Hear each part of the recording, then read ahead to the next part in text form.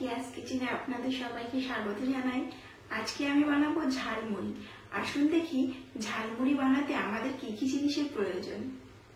এখানে আছে মুড়ি, নারকেল, সর্ষের তেল, মশলা। এখানে মশলার মধ্যে আছে চাট মশলা, ভাজা জিরে গুঁড়ো আর গরম মশলা। আর এটা পেঁয়াজ কুচি, বিট লবণ, আলু, গন্ধরাজ লেবু, ধনেপাতা কুচি, আর এটা গন্ধরাজ লেবুর খোসা এবং কাঁচা লঙ্কা কুচি।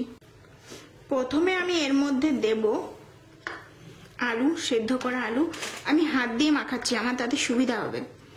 তারপর একটু গন্ধরাজ লেবুর খোসা, কাঁচা লঙ্কা কুচি, যেহেতু ঝালমুড়ি একটু ঝাল হবে, পেঁয়াজ কুচি, ধনেপাতা কুচি, বিট লবণ,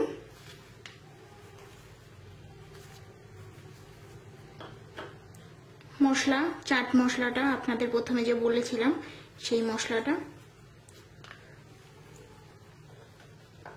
আর যাবে সর্ষের তেল। এখানে 2 চামচ মতো সর্ষের তেল আছে, আমি 1 চামচ দেব। দিয়ে ভালো করে মেখে নিতে হবে এইভাবে।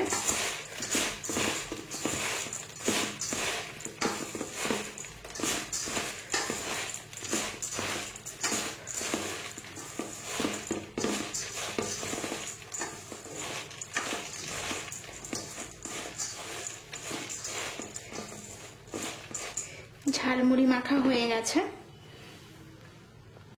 যখন বাটিতে সার্ভ করবেন তার উপর থেকে একটু গন্ধরাজ লেবুর রসটা দিয়ে দেবেন, তাহলে খেতে আরো সুন্দর লাগবে।